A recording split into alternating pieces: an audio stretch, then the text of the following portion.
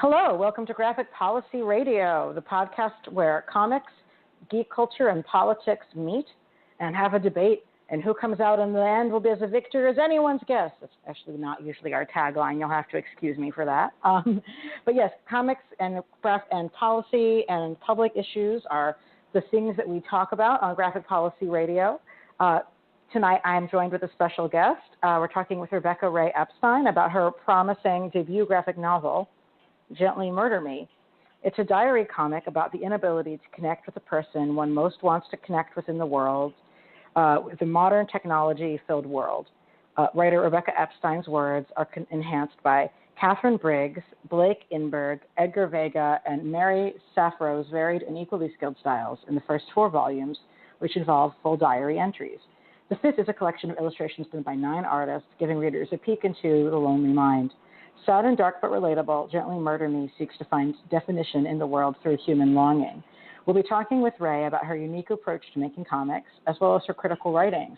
And I would just say, like when I finished reading them myself, I immediately said that this is interesting because it's a series that is so deeply personal, but also incredibly universal, because it's about having your heart broken, which is something that most people experience in our lives. So everyone say hello to Rebecca.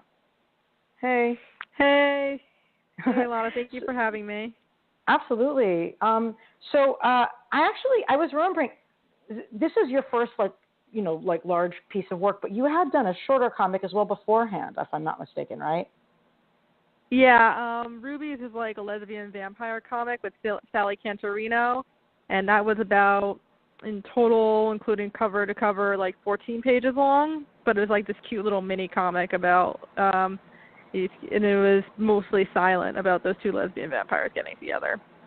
Cool. Very different from this work. Yes. But needless to say, yeah, you're definitely somebody who's new in terms of comics making, although has been in the comics world for quite some time. What made you decide to do this particular work as a comic, and what about working in the comics medium appeals to you? Well, I decided to enter comics making in general, and I guess that turned into everything I'm writing into making comics. I've been writing fiction since I was 8 years old, so I've been in other mediums before, like short stories, prose, etc. But comics is my home now, so comics it is.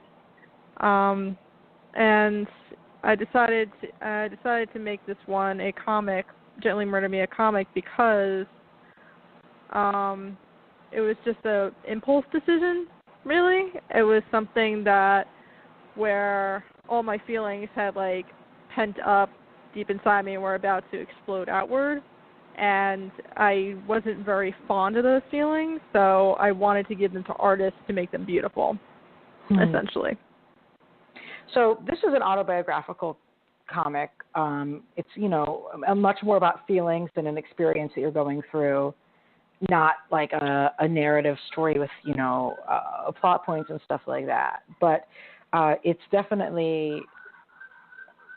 It's really personal and, like I said, like really universal, because what you're experiencing in it is something that I think most of us can relate to.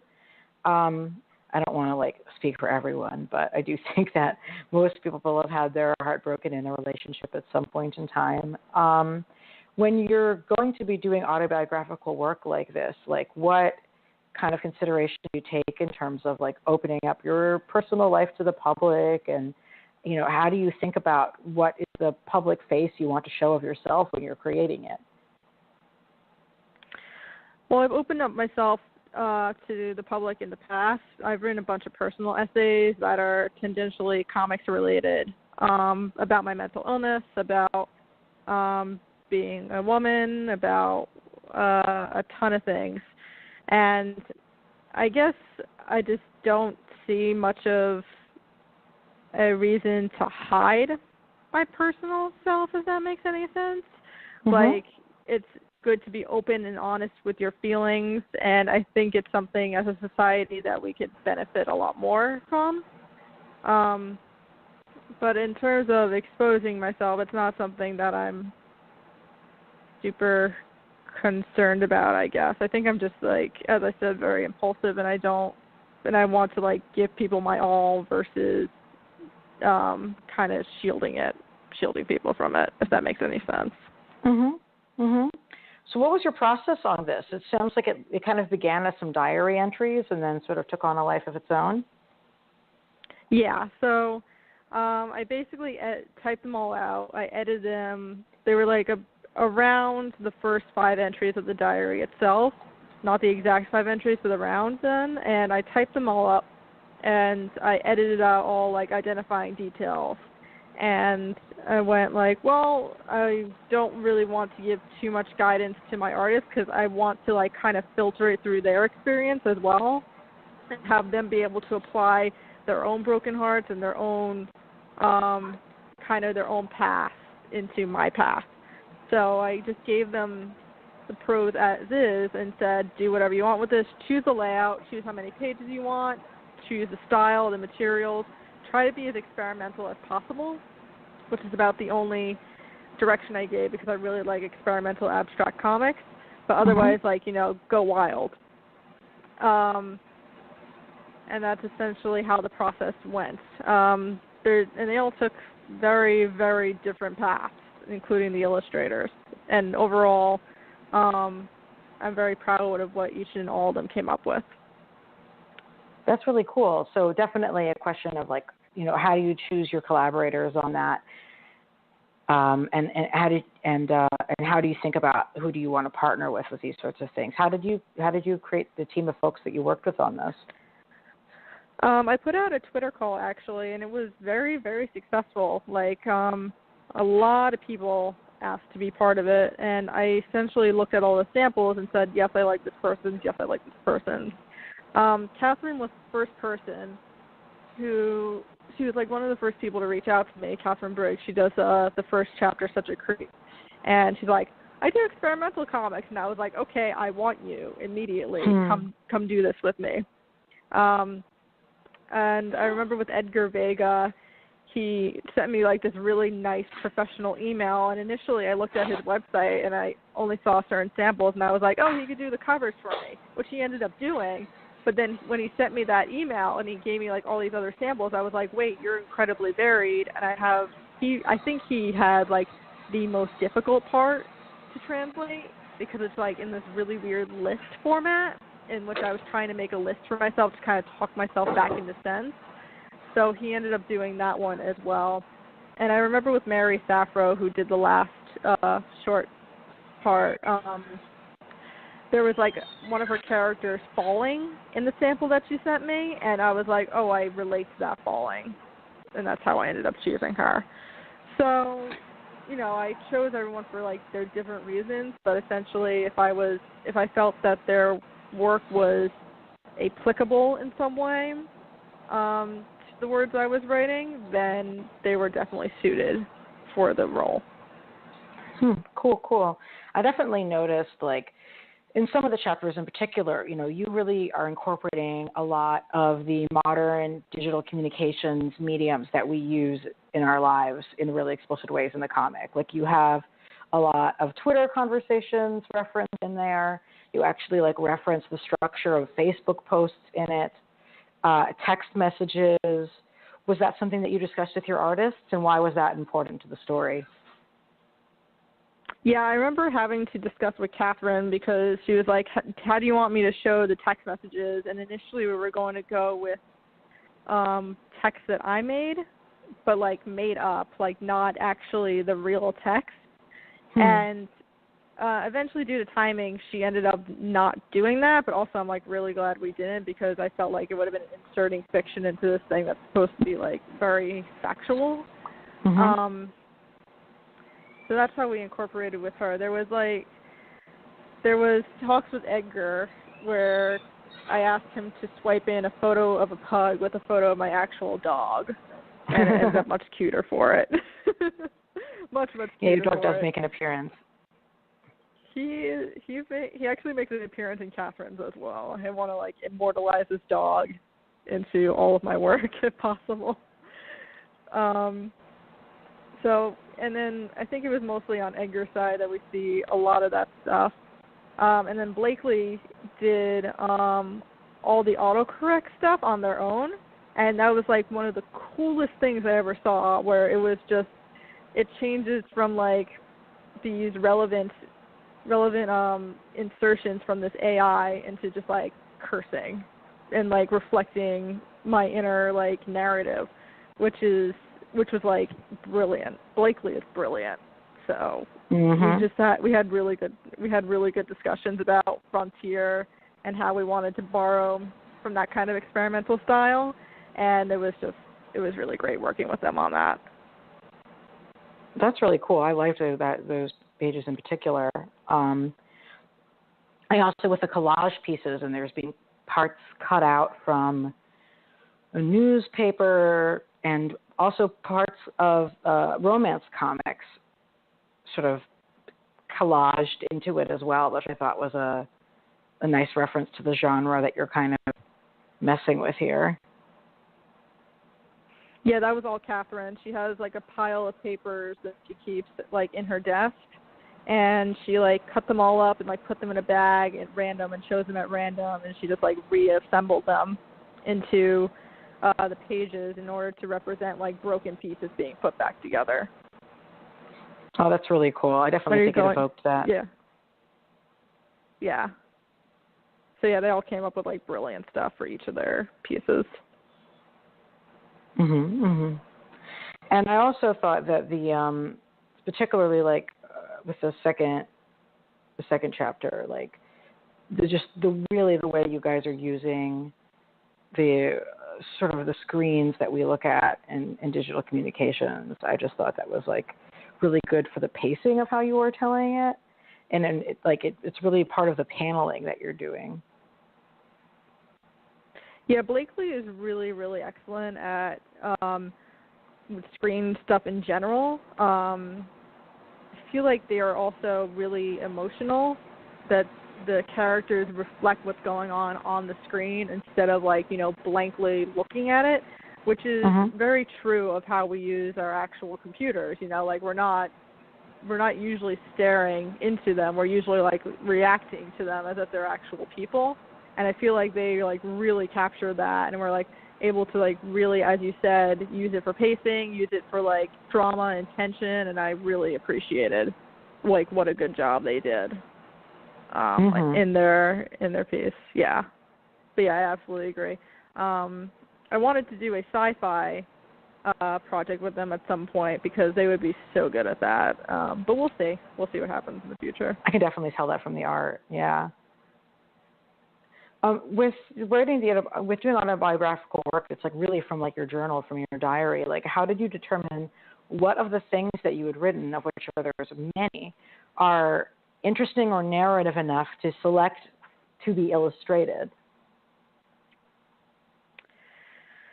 That's a really good question. I remember starting the project idea with the IUD line in Such a Creep, which was like, my IUD is preventing me from getting off sort of thing, because it was the sort of thing where you don't really see in a lot of comics. Like women naturally avoid like talking about their anatomy because of stigma in our society. So sometimes you get, in like indie comics, you get period stuff, sometimes you get vagina stuff, but like I was not properly prepared for my IUD and all the side effects that it caused when I initially got it, and which is a bummer, among other things that being a woman, a cis woman is. So I started with that one for that reason, because I thought it was different and provocative and educational in a sense. And then I ended up, I think for Blakely's, that was the next entry, and it followed. And for Mary, it just felt like that kind of closure that that you really, really get, where you have a new perspective after suffering and enduring something so difficult, where you're like, okay, maybe I can survive this. All I need to do is change my perspective and become a different person because of it. And I thought that was a really good closing for the short stories. Yeah, that's a section called Tomorrow Was My Goodbye. Yes. Right. Yeah, that was because it wasn't the very end. Like for Life, there isn't a clean opening and closing. So I was still hanging on a bit after that comic, which is what the title refers to. But I think the general attitude and the intent behind it was pure at the time. And it was worth capturing because it has that kind of that pureness that isn't necessarily in the comics prior to it or even in the illustrations after it. Are there any particular comics writers whose work inspired this particular piece? Yeah, Sarah Ferrick, who now goes by Margot Ferrick, released this really wonderful graphic novel called Yours through 2D Cloud House Publishing, and she wrote about her own unrequited crushes in abstract expressionism form. She's really brilliant. She's why I wanted the comic to be experimental, because there's just something so affecting about her work. The way that she uses different colors to really make you, to really shock you, and to loop her words and to create tension using just random colors. It's really impressive what she does, and I really admire that. So she was definitely an enormous influence on this book, which I appreciated. I appreciate her work so much. What's her name one more time? Margot Ferrick. And the book is under the name Sarah Ferrick. Interesting.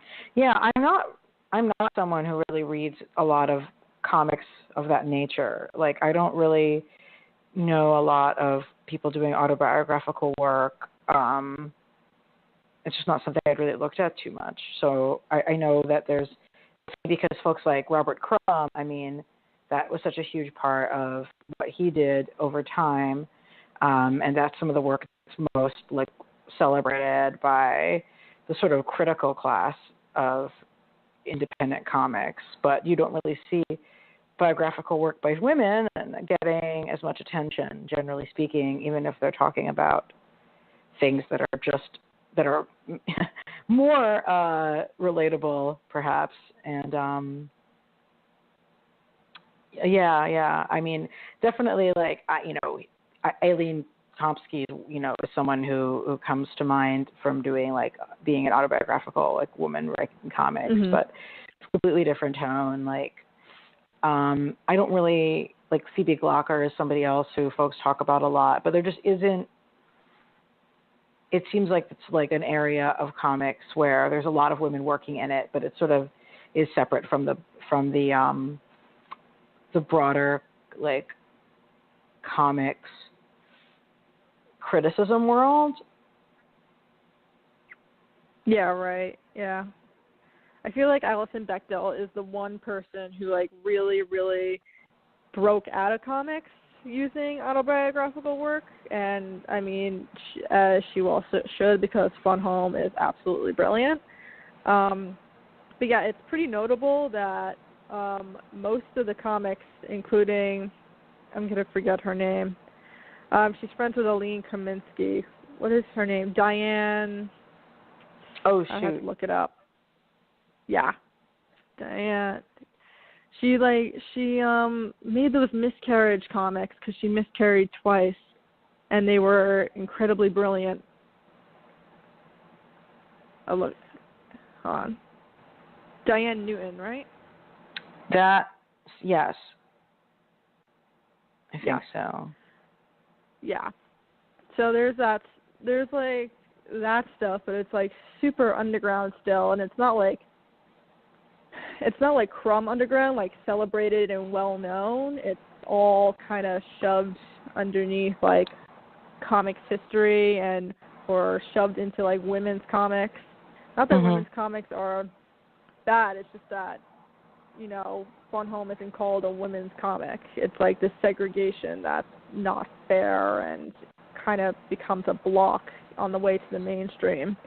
And I really wish I really wish that stuff were different. There's a lot of diary comics that are coming out nowadays through in indie comics. Like I know that Kat Fajardo has one about being Latina and the struggles behind that. And there's always tons of diary comics in Mocha and Small Press Expo when I come around. There's a lot of suicide comics I've noticed. I find this particularly touching because they're just, it's something that people like really feel the need to share, like their attempts or their suicidal ideation. And it's interesting because they're always so affecting and yet so different in a lot of ways. And I think in a lot of ways that a lot of them tie back to hope at the end. Not all of them, but some of them do.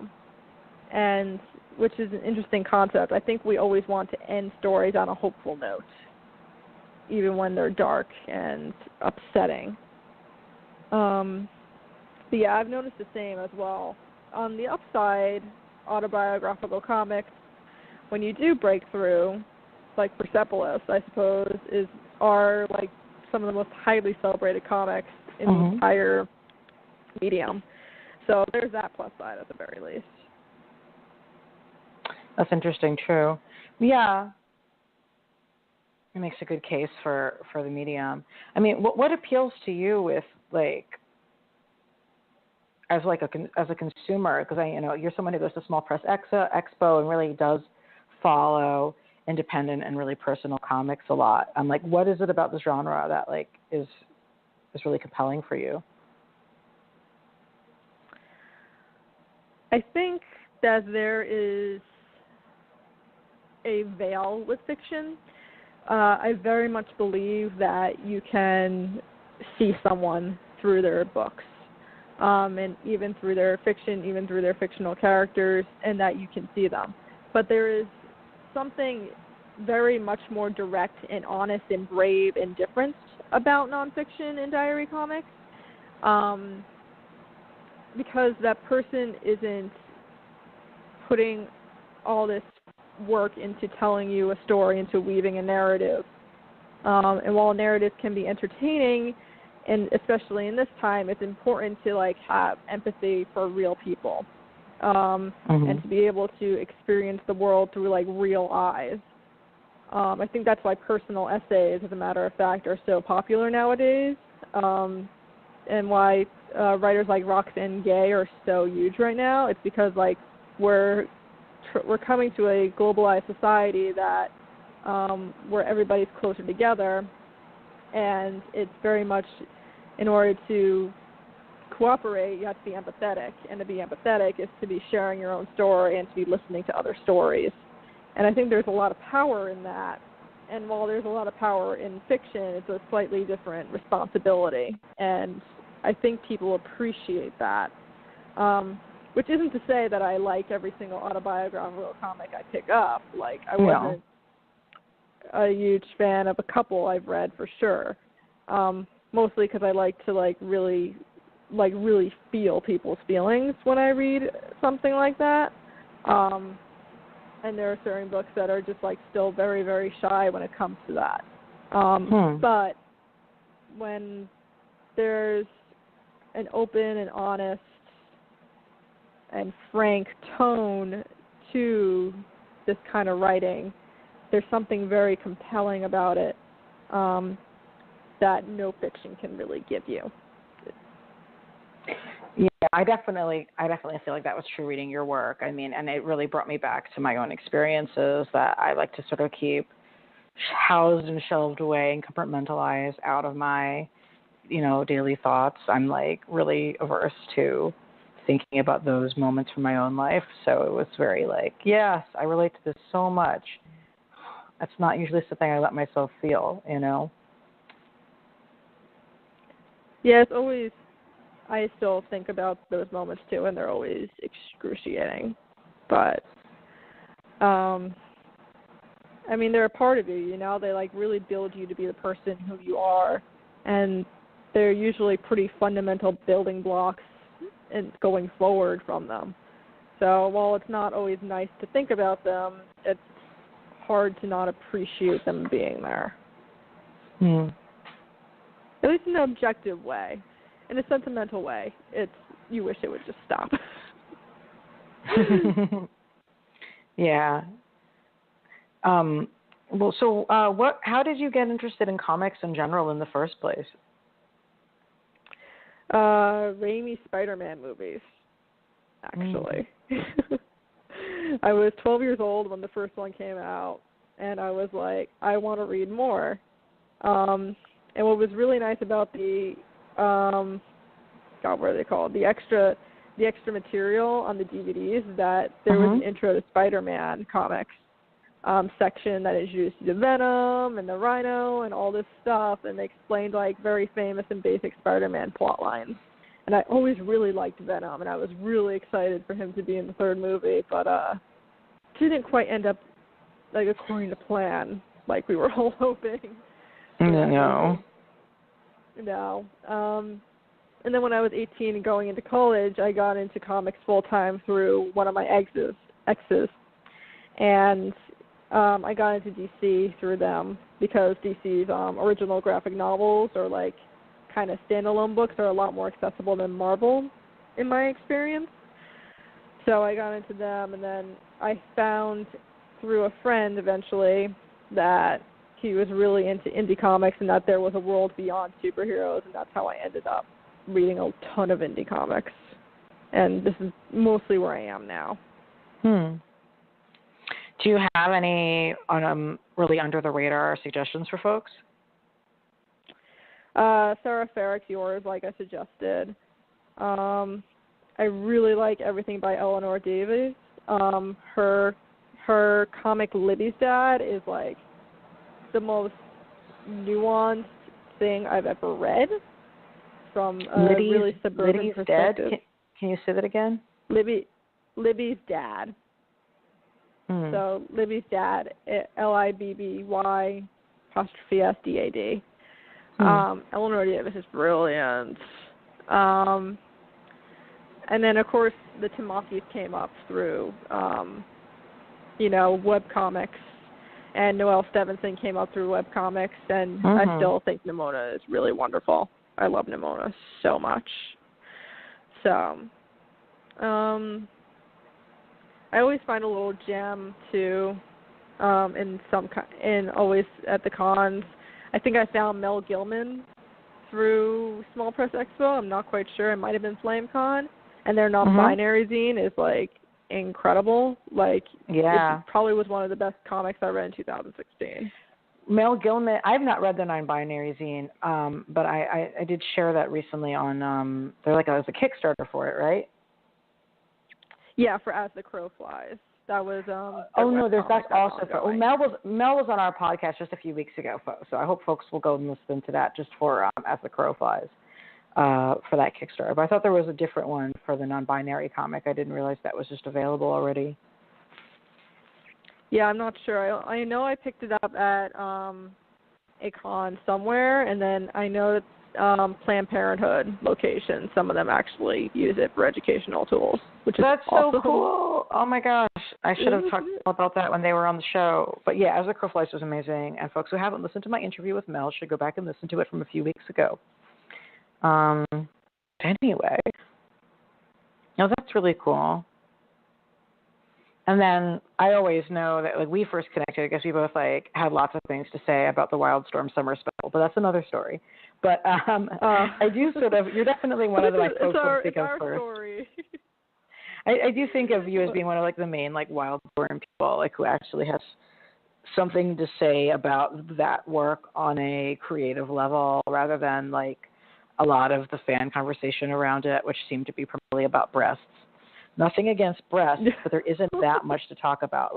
There's breast-related character development that can happen in certain things, but just generally speaking, the existence of breasts in their size is not the number one creative concern that I have with respect to a genre work. But yeah, you're definitely somebody who I've talked about old school Wildstorm with a lot, and you're also the main person who I've talked to, who I've heard from about the Wildstorm rebirth, and I wasn't sure what you were thinking about that. For those who don't know, Wildstorm was an independent universe specifically started by former Marvel and DC guys who, coming through the Image era of we're going to do our own thing and no one can say no, 90s-ness.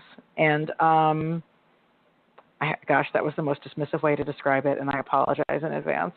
But anyway, now, and that's where, Wildcats, The Authority, Planetary, which are some of the really most important comics of their time, came from that batch of work. And now Warren Ellis is back at DC Comics. DC bought Wildstorm, which is why we have Midnighter in the DCU. And Warren Ellis is writing a comic called Wild Space Storm that I don't actually know a damn thing about, but you've been the main person writing about that if you want to give folks a little bit of a sense of what you think is, if you think it's worth reading and what the heck it's about.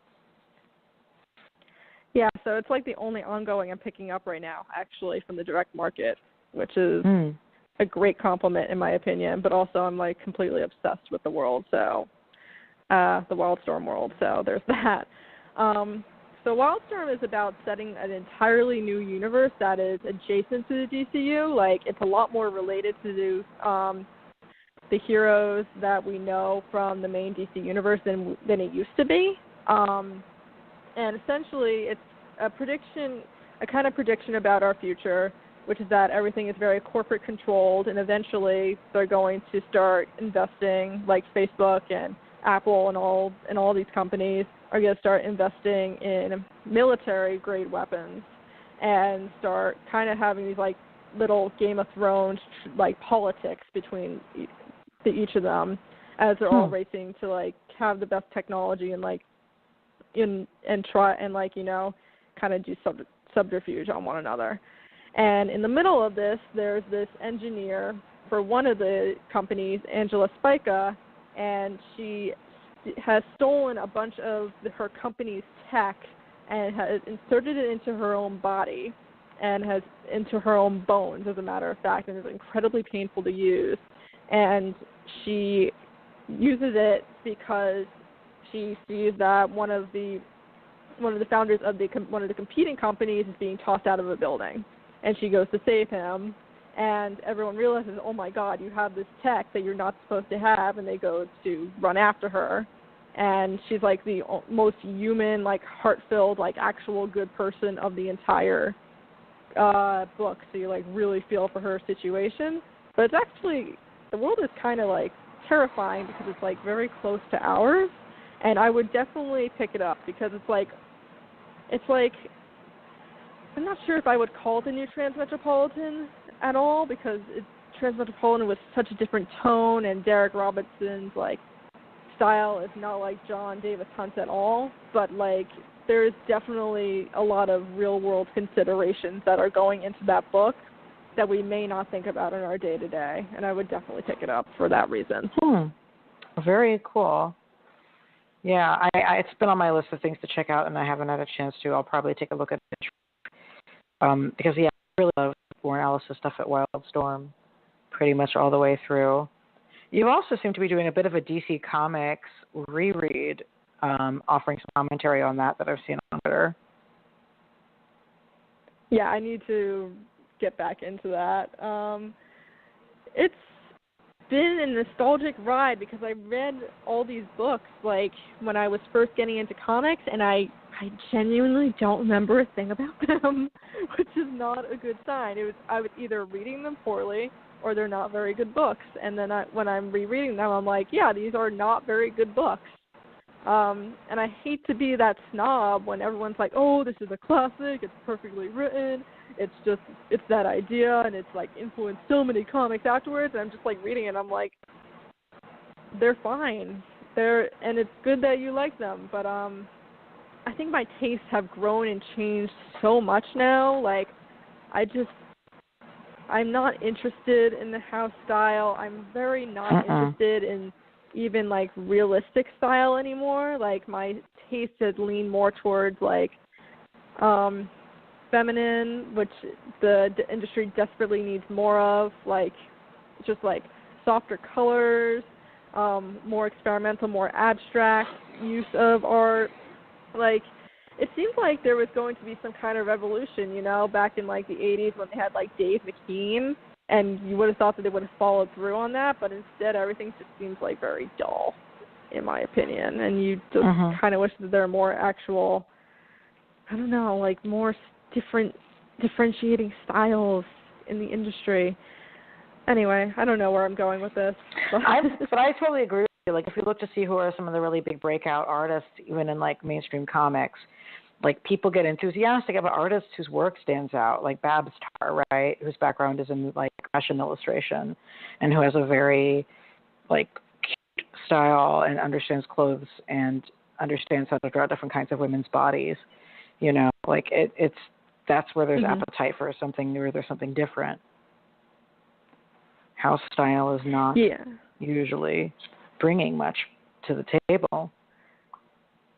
It just seems very limiting, too. I mean, house style it can be interesting when, like, I don't know, Ivan Rice was a big one for me when I was first getting into comics because his style imitates a very cinematic feel, and that's a good transition style. If you are a person who up until that point has only watched the movies, then his style is really great because you're basically watching a movie in book form. That's an interesting point. And when I found when I was first getting into comics, I really hated The Dark Knight Returns. Like, everyone hailed it as, like, the thing you should read. It was taught in my graphic novel class, and I was just like, oh, my God, I hated that book so much. I only came to appreciate it, like, when I read comics for 5 years. And there's just, it depends. There are some elements to house style that are, I don't know, at their best at, like, Ivan Rice level, I suppose, have their practical value. And I feel like Frank Quitely, like, really influences not Frank Quitely, I'm sorry. Oh, my God, that's the one I actually like. I feel like The Dark Knight Returns still, like, heavily influences house style nowadays, but, like, not necessarily, not always the good parts of it. Like, there's still a very narrow appeal to it. It's not like, I don't know, Saga. I feel like Fiona's, like, style and Saga is so, I don't know, innovative but soft and, like, very attractive to women. You know what I mean? And non-binary people. There's a different, her style is, like remarkably feminine. And I feel like that's why Saga is such a big draw to a lot of people.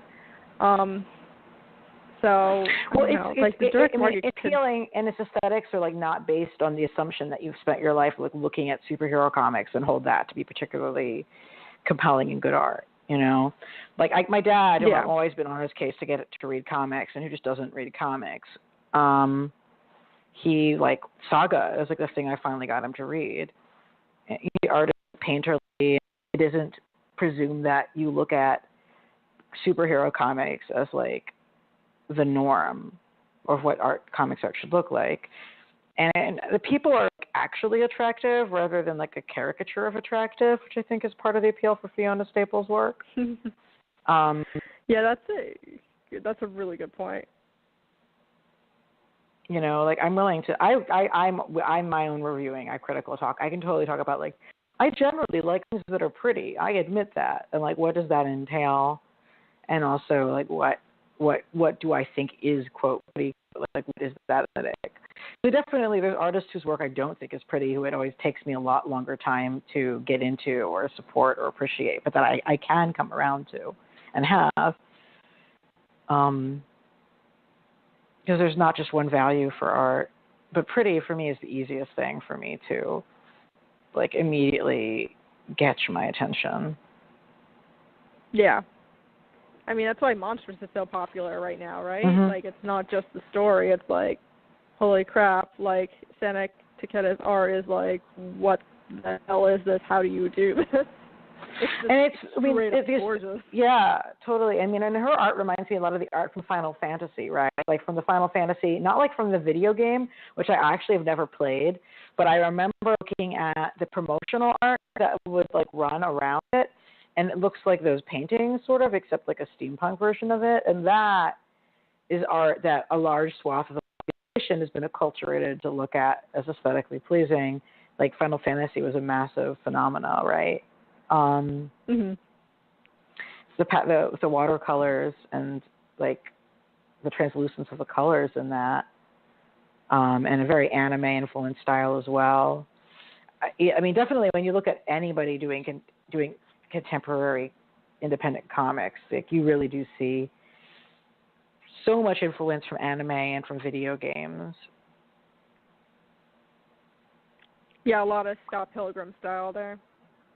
I don't really, it's interesting because I'm reading a lot of manga right now, but I find when it comes to Western comics, I don't really gravitate toward manga influenced style. Nor do I. I don't know. Yeah, just, I don't know, leave that to the experts in Japan, you know? I mean, manga is so good. I feel like you can learn a lot of lessons from manga and take them over that a lot of people haven't done. Although, incidentally, I feel like Warren Ellis' style is like highly influenced by manga due to like the level of decompression that he uses. And of course, with The Authority, with Brian Hitch, they introduced like widescreen style together, which is a manga technique. So back to Wildstorm on that one, like a little loop-de-loop on our conversation.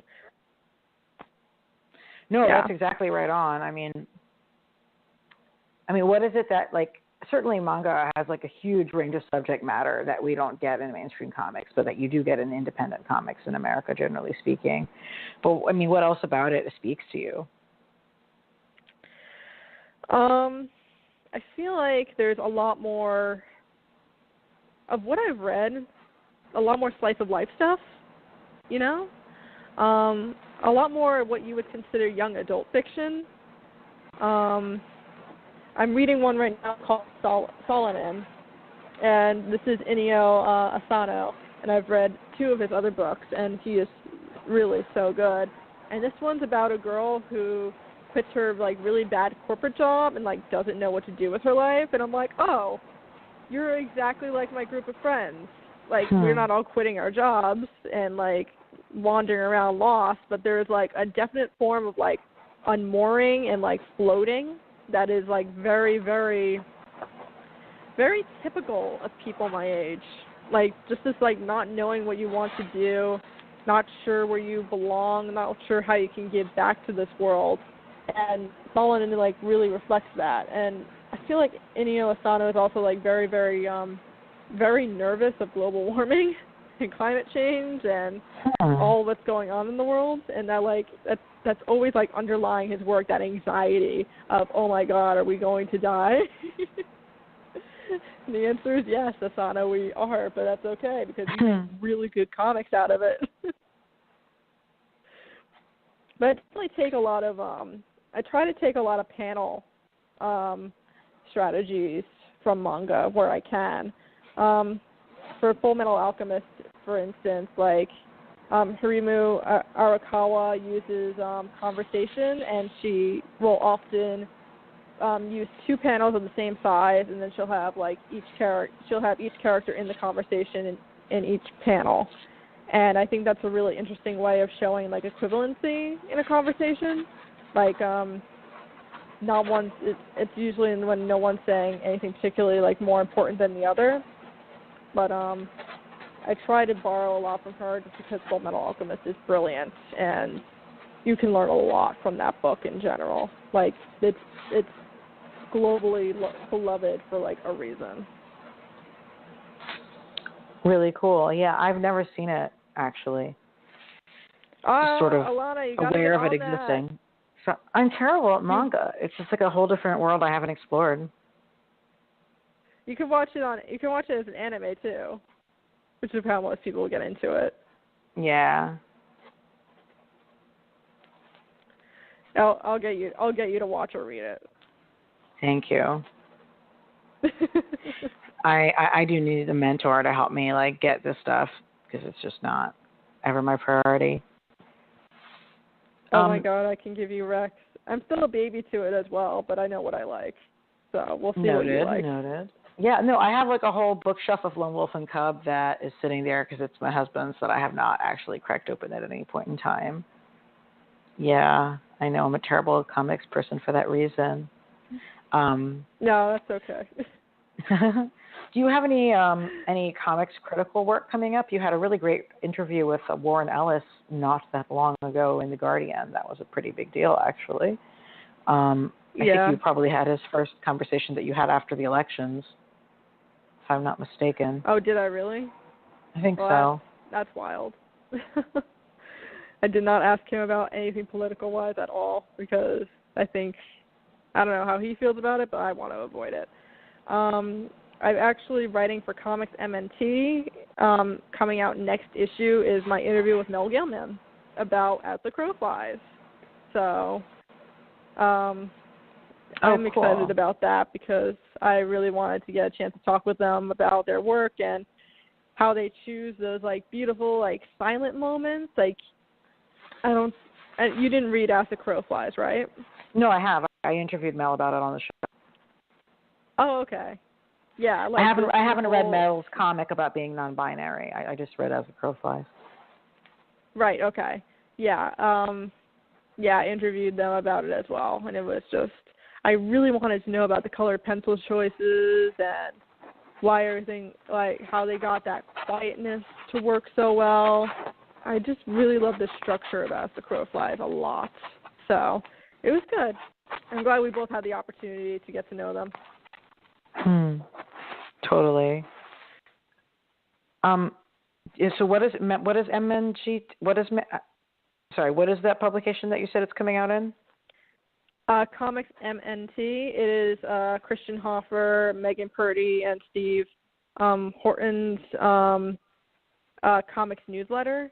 And if you give them $1 on Patreon every month, you get the newsletter, and it's like a really awesome project because you get up to date on all the global news that's going on in comics, not just the American comics, although you also get like very sharp opinions on, the latest controversies that always seem to pop up.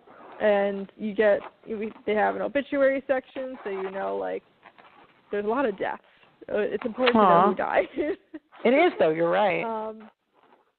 Yeah, and they always have a contributing columnist and an interview. And they've had really powerful stuff. Last month they had John Eric Christensen talk about fat characters in comics. Oh, that's great. And John is great. That was really insightful. Yeah, he's really wonderful. So that was really insightful. So I definitely recommend finding them on Patreon and just giving them $1 because it's worth your reading every month. Excellent. Also, I'll be looking forward to that. Yes, exactly. I'll be looking forward to that. I'm always interested in seeing how different sites are monetizing and like working on supporting their own work. Yeah, they're going to launch a website soon, so it'll be interesting to see. For sure. It was really, really hard to monetize.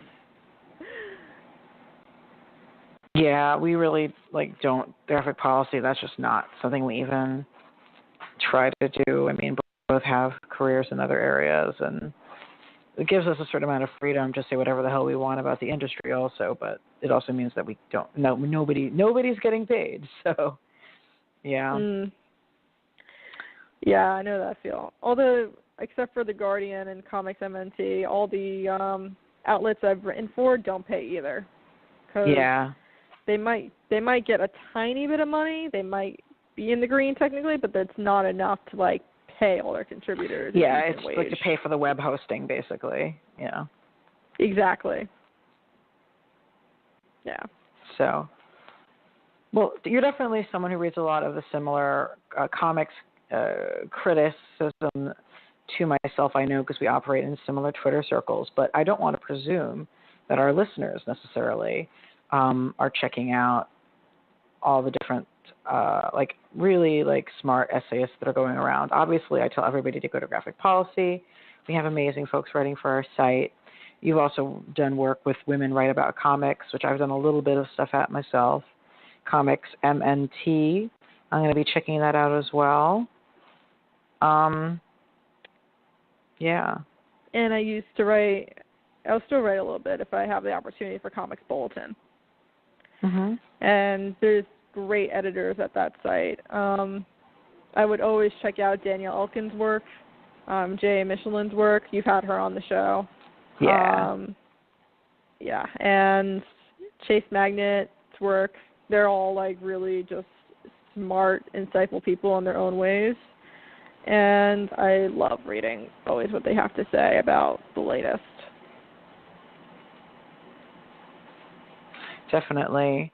Well, if you have any other thoughts about like where, I know like you're a big advocate for folks to go to Small Press Expo to sort of see what's happening on the indie scene, but if you have other thoughts about like, you know, what stuff our listeners should be checking out that might go off their radar, I know we always appreciate those recommendations with a little bit of a description about why. Okay, for sure. You want more right now? Sure. I'll have Blue Delaquante's webcomic, Oh Human Star. Oh, yeah, you told me about that, and it's good. Mhm. Yeah. Oh, you tried it out? Yeah. Mhm. I love it. For your listeners, it's about a trans robot girl and her two dads, and it's the cutest. Well, sometimes it's sad, but it's also, like, in a lot of ways, the cutest thing you've ever seen. What else have I been reading lately? I always love Smut Peddler. That's an erotica, so be careful there, but it has a lot of queer content. That's through Iron Circus Comics, and it's awesome. The last edition was actually in 2014, but I know that you can get it on Iron Circus's website. And along with on the same website, you can get the Less Than Epic Adventures of TJ and Amal, which is this road trip comic about like two strangers who end up falling in love. They are so cute. It's an adorable comic. And it's very music based, which is like which is very appreciable. What else? Well, that's cool. I feel like I heard of that and hadn't actually read it yet. Yeah, it looks like it's lengthy when you first look at it, and then you start reading it, and you're like, it's like, you know, it's good instantly because it's like, it's so easy to read. You know what I mean? We're like, this is so readable. It's gonna go fast. It's a great book for that reason.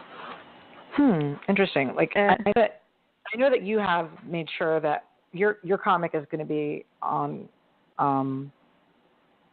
distributed on Gumroad, and we talked about why you were interested in it, in using Gumroad for readability reasons, basically for online comics.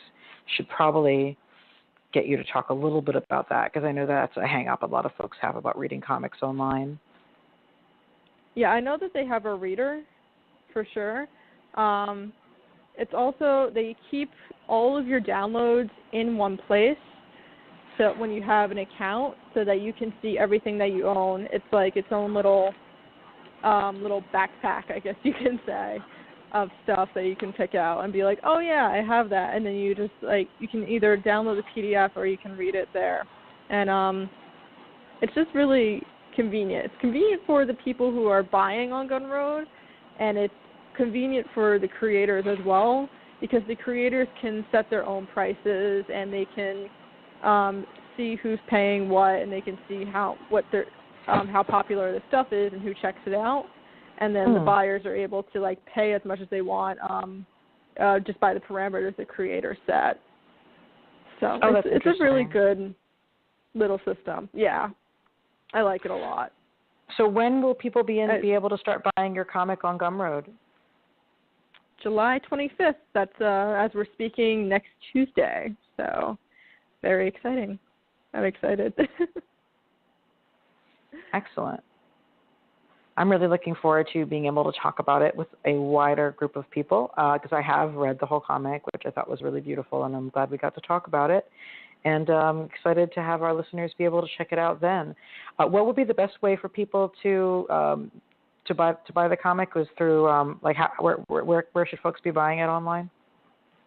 It'll be gumroad.com/Rebecca Epstein. And then you can reach me on Twitter at Raysone. So that's RAYSONNE. And I will be promoting the hell out of it, so you'll know if it's the right person. Excellent, excellent. And that's also the right place to go to find all your different critical writing as well. Well, thank you for joining us, and I hope we'll be able to have you back on soon to talk about additional work that you're doing or to join us in reviewing something. Oh, I would love to do that. That Yay. would be so much fun. Well, have a great week, and I'll talk to you soon. Yes, sounds wonderful. Good night. Good night. And for our listeners, Brett is on his way to San Diego Comic-Con as we speak, entering the chasm of madness and so on and so forth. We will be back with you soon with new San Diego Comic-Con content to debrief and with more guests coming up as well. We are Graphic Policy Radio. If for some reason you started listening to this podcast a bit late and want to catch up, we will have the full thing will be downloadable to you on our website soon. It'll also be at Graphic Policy Radio on iTunes in just a couple of hours, and SoundCloud for as long as that keeps on being a thing, as well as on Stitcher.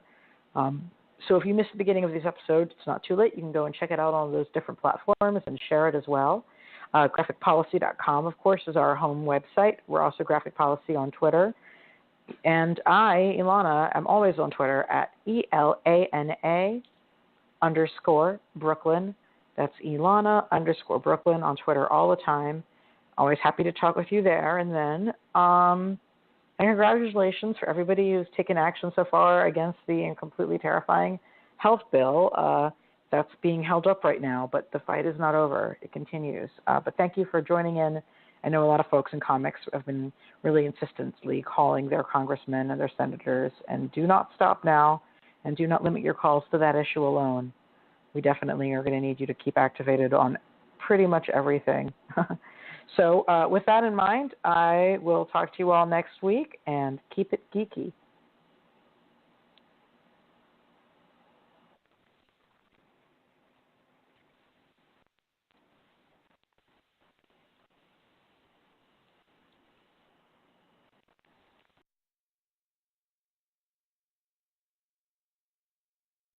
Hey, thanks for watching the previous video from Graphic Policy Television. Just by watching, you help support our site. Thank you so much. Now, if you're watching these videos, you probably care about geeky things like movies, television, comic books, toys, games, video games, you name it. You can go and subscribe right now to our YouTube channel to stay in touch and catch all the new videos, or check out our website at graphicpolicy.com. There's a nice link on this end of the video. But as always, thank you for watching. Keep on rocking and keep it geeky.